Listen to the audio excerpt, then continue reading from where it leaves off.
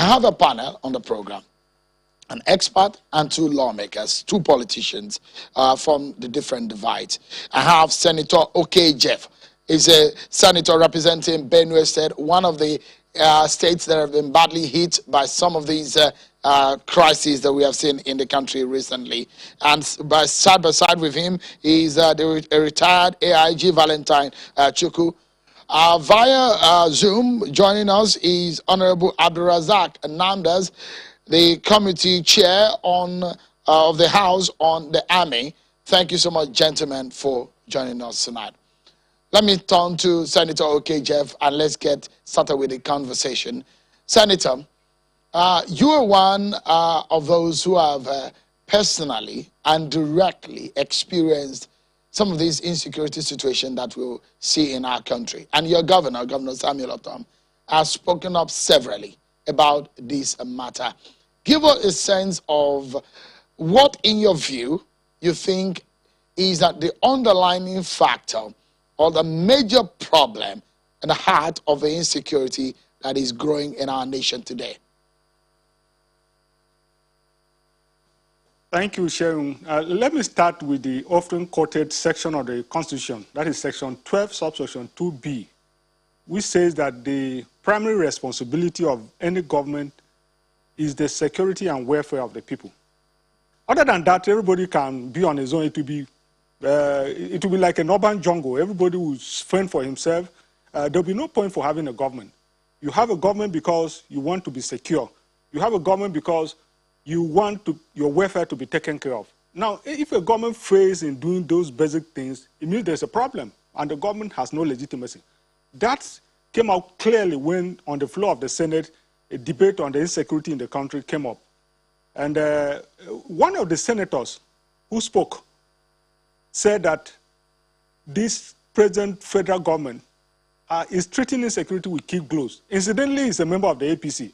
And one thing that came out clearly from that debate is that there was bipartisanship on the issue that we have failed as far as insecurity is concerned. Nobody to talk about politics, oh, we are APC, so we must support this, there's no insecurity, oh, we are PDP, so we must attack. Everybody agreed. And incidentally, those that were most forceful in attacking the fact that we have failed in tackling insecurity in this country were members of the APC. So it's not about party, because when you are attacked, it's not because you are APC or PDP or whatever party. When you are attacked, you are attacked. Everybody is vulnerable. It doesn't matter social status. It doesn't matter most of these other things. And so everything goes back to the federal government, because the control of the security agencies is in the hands of the federal government. We had a security summit at the National Assembly several times. In the last assembly, it was held. And the security chiefs came over and they profiled their own ideas. And it was very clear that they had a firm grip of what is wrong with this country and how to push forward. But apparently, there's no political will to go forward, as indeed that APC senator said about treating insecurity with kid gloves. So for me, it is up to, we don't like the ideas. If you call the security chiefs today again, they will come up with brilliant ideas on how to tackle that. And then they'll go back and it will be business as usual. So if there's that political will there, as I keep saying, yeah, Senator, I think we'll begin to get somewhere. But for now, that is a problem. So, Senator, because our problem now is not much of, it seems everybody has an idea of what the problem is. So when we hear something a bit different, when we hear something that touches the heart, we need to quickly tackle it so that we can resolve it. So when you say political will, what exactly do you mean by that? You see, in 2015, 2014, 2015, during the campaign to win election, the APC, I remember, in fact, in the social media, the video of the Governor El-Rufai is trending.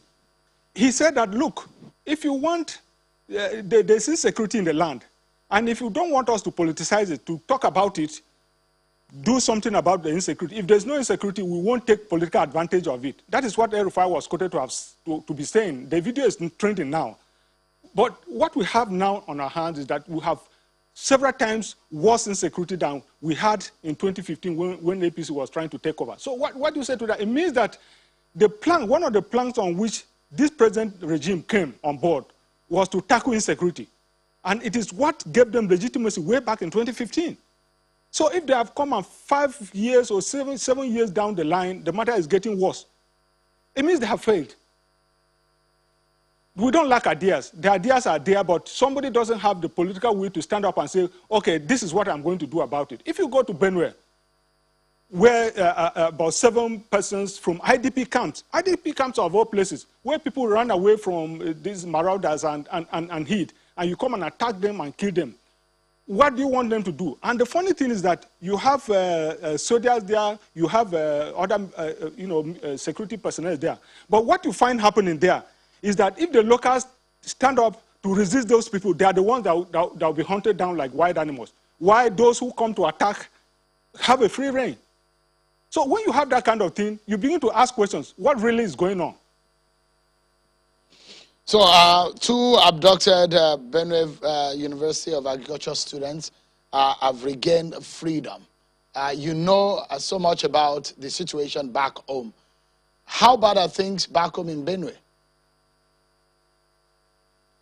I thought things were, at the point I thought things were getting better, even though you have thousands of people still in IDP camps, because if they go back to their homelands and their farms, those attackers come. You see, what is happening now in Benue is that those people will come, attack, and go back and leave the state. They'll come at the border communities, attack, and leave. And so it was not safe for those people to leave the IDP camps and go back to their farms. But now what you find happening is that they have got the boldness to come into the IDP camps and attack those people, and nothing appears to have. We have not heard that any of them have been arrested. Even though you have security, you have soldiers there, you have other security there who are supposed to be protecting, especially at the border areas. So the security in Benue now is getting from bad to worse. I was reporting on the previous occasions that I had the opportunity to talk, I was reporting that things are getting back to normal a little bit, even though we have people at the security, at the IDP camps. But I can't say that anymore with what has happened recently. So it means that nobody is safe. So let's turn to Honorable Abdulrazak Namdas, the committee chair in the House of Reps on the Army. Honorable, give us a sense of what you think is happening. You heard what Senator Okejef has said about the situation. He's pointing the accusing finger to say, look, the political will is the major problem. Do you agree with him? Well, I think it's not it's part of the problem. It can't be entirely the political will alone. It's part of the problem. I want to say that the issue of this crisis means that all the leaders must be serious, and all hands must be on deck in order to achieve that. I think it is very important to note that this crisis, we have to change strategy. And I think my own feeling is that each time we are using force, all the time using force to get rid of people, I think we will continue to have these issues. I couldn't get Jay very well because I'm on Zoom, but I want to say that literally, if we don't change strategy, using only force, well, this kind of crisis is going to be very difficult. And I would like you to rephrase so that I can get what Jay said, because I didn't get it on my Zoom. Senator Okejef said the political will of the leadership of the country is a major problem, because I asked him to explain what he meant by that.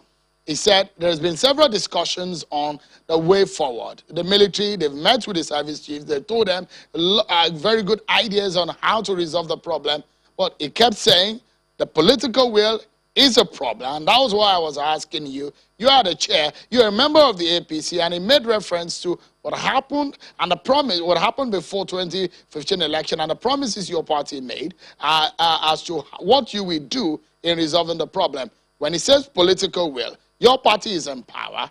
How do you react to that? Yes, I think I want to start off on the fact that we shouldn't actually politicize this crisis.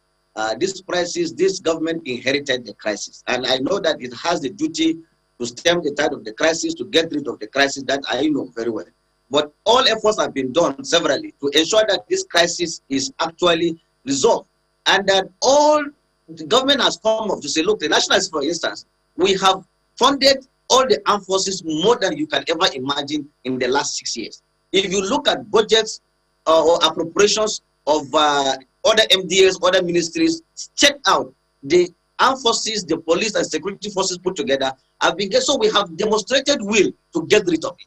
But because this is a multifaceted issue, it is not only one issue, it cannot be said to be lack of political will. But I also know that we must do more in order to get rid of it. I agree with him that we have to do more. But to say as if completely we lack the political will, it may not necessarily be true. So the government has done its best in terms of funding, in terms of even looking for equipment. Like, let me tell you now, this government has paid money upfront for procurement of arms and then even helicopters to counter aircraft. But up to now, it has not come. So whose fault is it? Is it lack of political will to place order that you have paid 100% upfront? In fact, people are even alleging that this money has actually been siphoned. But that's not the truth. It's because people have not seen the aircraft landing in Nigeria and what have you. So they keep thinking that this money has been taken away. But I know that 100% of that money has been paid. This is also a political will to solve the problem. So, but the issue at stake here is that for us to solve this problem, we must discuss with both the locals and the government, so that we must have intelligence. We must talk to the people, and it's going to be multifaceted and it must be bipartisan in nature. So let's get a sense of where we are at right now. You are the chair of the committee on the army, so you have information. Also, yes. You're also a member of that committee inaugurated today by the Speaker, a special committee on security. You can also give us a sense of what that means. But tell us, Honorable, you said that there is money that has been provided, more than before. There is political will. But in the last 1 year or so, things have gone from bad to worse in this country in terms of security. At the time, we thought that, oh, things are getting better. There are some people moving from IDP camps probably back to their homes in some part of the northeast. They are not taking territories. But now in Niger, in part of Borno, some of communities are being taken over by Boko Haram. So what has happened? What changed? How did things now get so bad in the last few months? I quite agree with you that things are getting bad, and I'm also worried as a chairman House Committee on Army. I have oversighted the institution. I have been to Maiduguri, I've been to the Northwest to see things for myself. We have given them enough resources. But Sean, you could understand that in Nigeria, sometimes when you make little gains, people can get relaxed and feel that, look, we have done so much. But my take is that I think we have to change strategy. And that is why even in the National Assembly or House of Reps in particular, the mere fact that the Speaker has decided to even make a 40-man committee, special ad hoc committee on security headed by the Speaker himself means that it is also a political will. Because this political will is not just coming from the presidency or from just one arm of government. We also are an arm of government. The Speaker is the number 4 person in Nigeria, and he has realized that there's a problem, and that is why we want to sit down and holistically look at where the problems are. I agree that things are getting from bad to worse. But now, let's sit together and re-strategize and see that how can we solve the problem. And I have been saying this, Shaun, that the problem I see is that there are 2 fundamental issues. One, we must not be only looking at how to kill insurgents alone. We have high level of unemployment. How can we tackle that? Because people are jobless, and therefore, when they kidnap people, they get paid. And they won't leave this one because it's a job. We must make them know that this is not a job, it's criminality. And we can only do that by providing jobs, both at the local level, state level, and at the federal level. And Shaun, I can talk to you, and you know very well. Today, the local government tier of government is not existing. If it exists and people get employment and are doing jobs, economic activity takes place, all this will be solved. And number 2, more importantly, before I step, is that we should also focus on the police. Because the issue at stake is that everything in Nigeria now is army. And I know that army has a duty to do that. But can we please focus on the lead agency that takes care of internal security organization, which is the police? Empower the police, give them more training, give them all the necessary support, and let's see what happens. Because the army, as I speak today, I can be quoted, they lack personnel. They don't have enough personnel to prosecute this war. This is just the truth. because they are in 34 out of 36 states, prosecuting one crisis or the other. And even when there was issues before, we are not in 34 states. Today, the army is 34 states. How can they solve problem in 34 states and they still face external aggression? So this is the situation I want to tell you. So this committee will find a way we can solve the problem. All right, so let's look at some technical aspect of this. So, former AIG, Ntom Chukwu, who is in our Abuja studio, you've heard the conversation from the politician's point of view. And the vice president rightly said, we cannot afford a war in this country. I'm a journalist. First and foremost, I'm a human being before I became a Nigerian, before I decided to be a journalist. So this country is ours, and we must find solution to our problem. You've heard what the politicians are saying. We cannot afford war, but not to afford war, not to get into any war situation. Some people will say, we're already in a war situation because people are being killed left, right, and center. From your own technical and professional point of view, how did we get here? What is wrong? Sheryl, thank you for having me here. I want to, first of all, let you know that I am a Deputy Inspector General of Police, not Assistant Inspector General of Police retired. Apologies for that, sorry.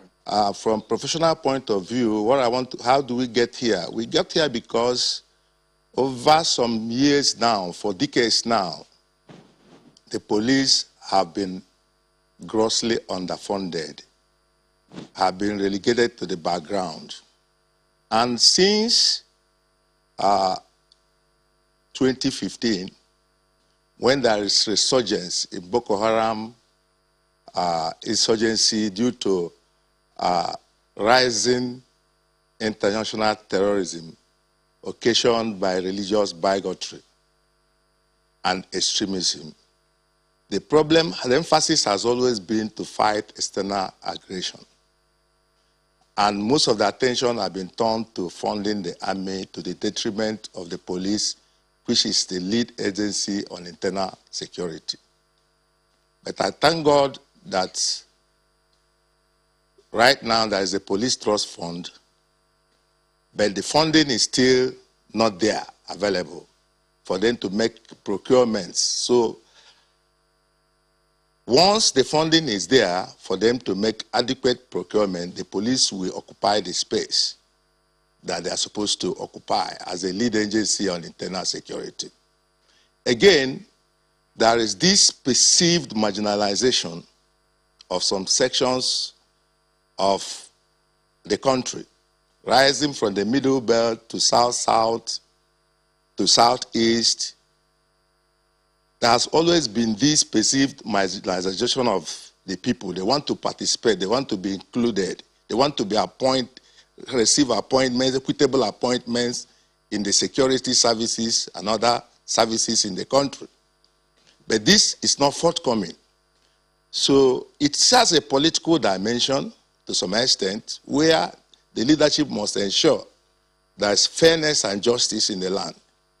And then the police, as I said, need to be retrained, need to be equipped, need to be properly put in their right position, because when the army is in the front,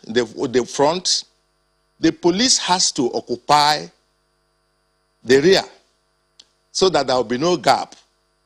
And once you allow gap to exist, criminals and miscreants will occupy the space. So there seems to be that gap now. That seems to be the problem. Things are falling apart. Police are being attacked. Military is overstretched. The police, in fact, is also overstretched. So where do we begin in reconstructing or fixing this problem? Yes, the government must reach out now to political leaders in various regions. They must consult widely now. I remember during the time of Jonathan as a vice president, he has to go to the creeks to speak to the militants. So similar thing has to be done now because we have no time at our hands. Political leaders, retired senior police officers and military officers have to be deployed to their areas, have to be mobilized to talk to people, just like the Vice President has said. There's a lead silence. So people must speak up. People must reach out to these people because some of them are just perceiving this government as not taking care of them or something like that. But that is not true to some extent. The government is doing its best in the circumstance, but they need to do more.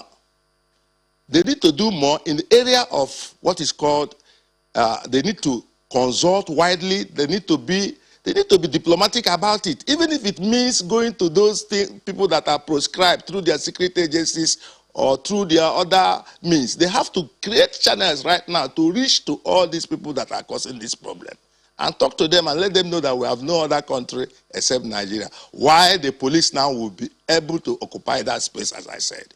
It has to be two sides, the political approach and the kinetic approach. Thank you. All right, let's take a breather. But when we come back, is the solution that we're seeking tonight. If you're a Nigerian and you're watching me from wherever in the world, either you're presently in Nigeria or outside of the country, you have a role to play. We look at what the Vice President said, and we allow my guest tonight to weigh in on the Vice President's submission and where we go from here. Don't go anywhere, everyone. We'll be right back.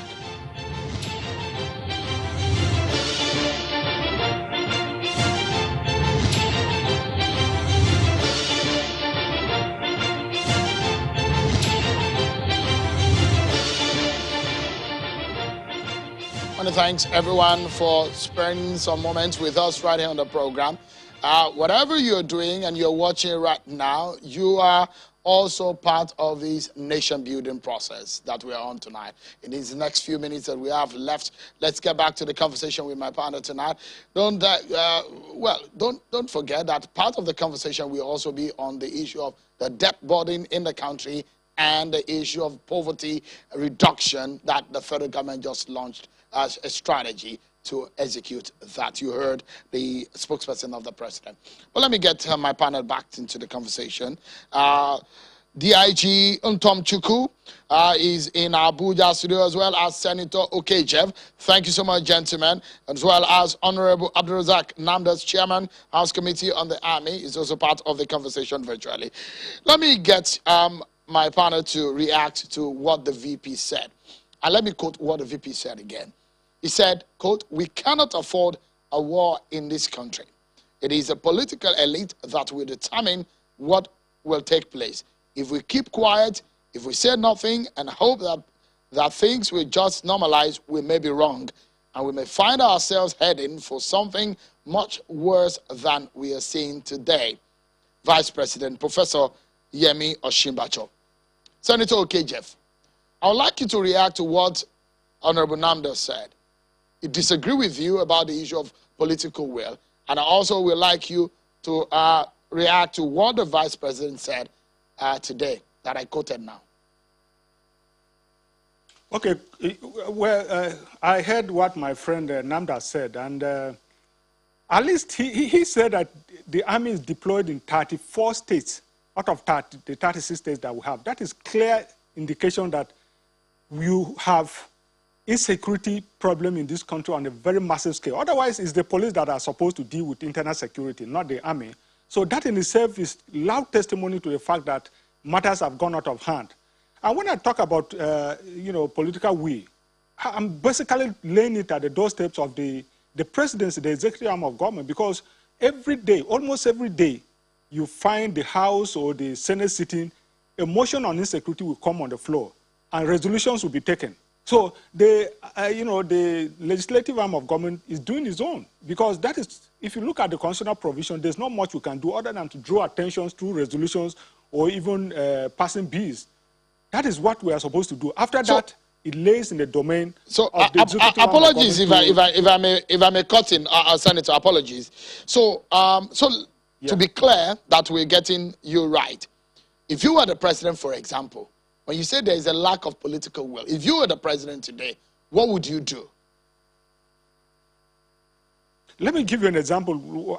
I made reference to what happened in Benue, for instance, when the president was said to have given an order that if you see people with AK-47 and you tell them to drop and they don't, you shoot them aside because they are up to no good. What you find happening is that when you find certain groups of bandits there with AK-47, nothing appears to happen. That inspires criminals all over the country because some from other parts will say, oh, these people did that and nothing happened. This is, for me, is lack of political way to tackle it. You know, because you are giving inspiration to others to commit criminality, and when others take up, for instance, if the Benue community takes up arms now to combat those people, it is they that the police or the other security people will go after, not those who are attacking. I don't think that's how to fight criminality. So, but I mean, don't think that's how to fight criminality at all. So, Senator, that you've pointed things out, and it goes into the direction of inaction and action. You're saying the president should have done something that he's not doing. What would that be exactly? What should he be doing, or what should he have done? We have to be decisive with criminals. That's what I mean. Let me give you an example. Way back, you remember the incident when the president asked the then Inspector General to go to Benue during those killings of 2019, I believe. And the man didn't go there. He came to Nasarawa State and stayed there and never went to Benue. And much later, the president was interviewed and he said, oh, he didn't know that the man didn't go to Benue. I mean, that doesn't speak well about how the security is handled in this country. That's why when my colleague said he was handling insecurity with kid gloves, in my contribution on the floor, I entirely agreed with him. So I think we have to step up. The president has to step up. That is my position, and that is the position of the Senate as far as the debate went yesterday, that he has to step up. Things are not going well. And that position was bereft of political direction. Everybody agreed. APC, PDP, or whatever agreed that that is what should happen. And so that is what I'm stating. As to the vice president, as to the position of the vice president, I agree 100% with him. My only problem is that he's saying the political elite should stand up. You see, when some members of the political elite stand up, they will start accusing them of politicizing insecurity, politicizing this or that. But the problem is that if you have insecurity, people must talk about it, irrespective of political leaning. They must talk about it. If you have unemployment, people must talk about it. And so you turn around and accuse them of politicizing things. They must talk about it. And most of these people, it's not everybody that is talking about it to bring down the government. They are talking about it because they want a solution. Because these things, when it happens, it has a spiral effect. It affects everybody in the long run. Just 2 days back, a senator was attacked twice in the course of one journey. So it does not spare anybody, whether you are a senator, you are insecurity, it comes to anybody unexpected at any time. So everybody is bothered and concerned that we have this on our hands. Okay. Honorable Namdas, I'd like you to react to what the vice president said. And perhaps if you think that is the way forward, or you think that there are other things that we need to be doing immediately. Yes, I think we need to, I agree with you, we need to speak up.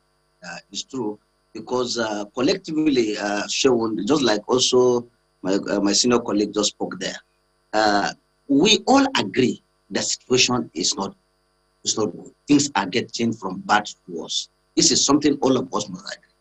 But I think when you are prosecuting war in this present situation, there are certain rules of engagement that are always available when you are prosecuting this war. And for example, he's talked about the issue of shoot aside. You know, sometimes if you do that too, you can see how the international community will look at you. And then sometimes you can see also that even the innocent can be affected. So that is why when you are prosecuting war, whether you're a soldier or you are an army officer or a soldier, you must identify your enemy, and then before you shoot. We shouldn't politicize. But I quite agree with him that things are not getting, if things are getting better, the speaker cannot say, okay, I will do an ad hoc committee headed by myself. He won't do that. But what we are saying, and it should be noted, just like also that DIG said, we should understand that internal security is led by the police. Our police must be well trained. Our police must also be well equipped. And the intelligence section must be very, very accurate. We must not just rely, we must work hard, because I will wonder, how can 30 or 40 group of children or 300 children will be kidnapped? They will move freely from one point to the other without being identified. And then they can even talk to you on phone, and they will even tell, look, don't call me at time, I call me in the evening. They have the luxury. So these are the situations that we are not comfortable with. Because it's obviously as if that's... Yeah, Honorable, Why? apologies. Because, again, when we look at it, some of these state governors, some of these incidents happen in states where we have governors. And most of the Yes. governors have come out. I've spoken to more than 15 governors that have said the way to go is state policing. The National Assembly has a responsibility to make this happen. Is it that you are in the National Assembly are shying away from this? Is this part of the political will that we're talking about here?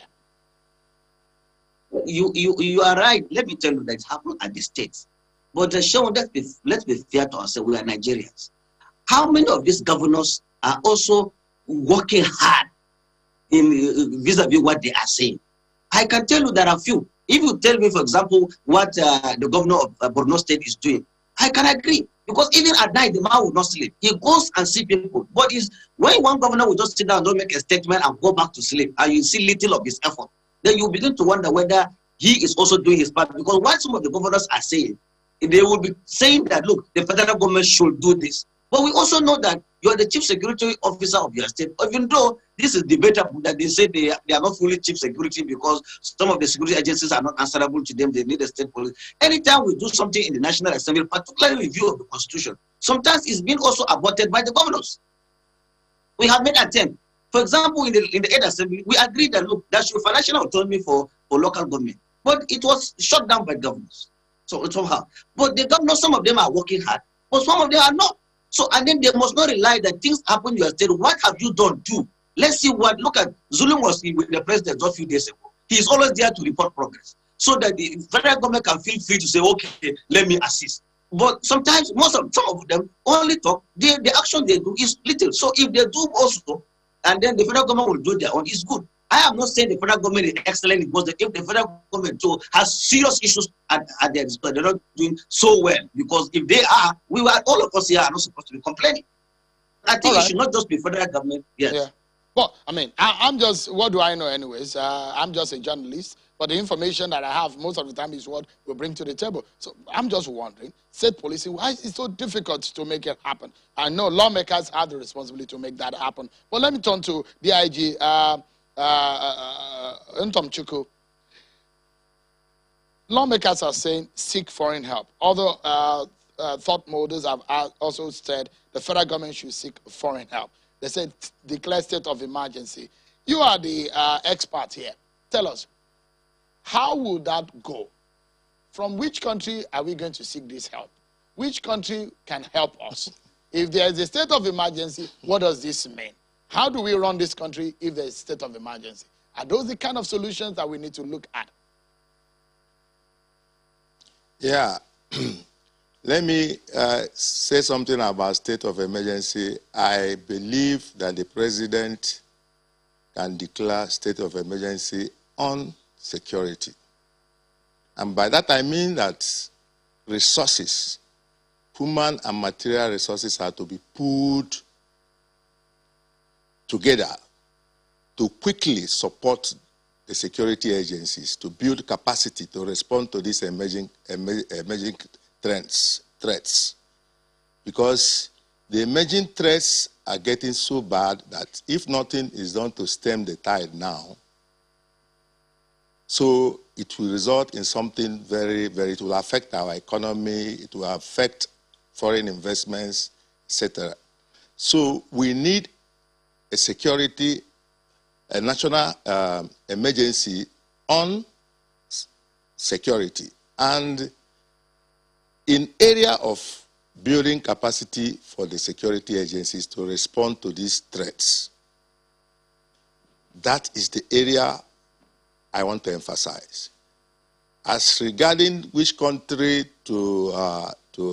that's a political decision. I am not in a position to say something in that respect, because the president or the government has all it takes to decide in national interest whether to invite mercenaries or our friends, our neighbors, to assist us. And I think they are doing that by trying to engage multinational forces to help us in our borders and to ensure that we, on our own part, do our best to ensure that we push back insurgency. But as I said, the political solution we need now is emergency on security has to be declared for the purpose of building capacity of the security agencies to respond to these emerging trends.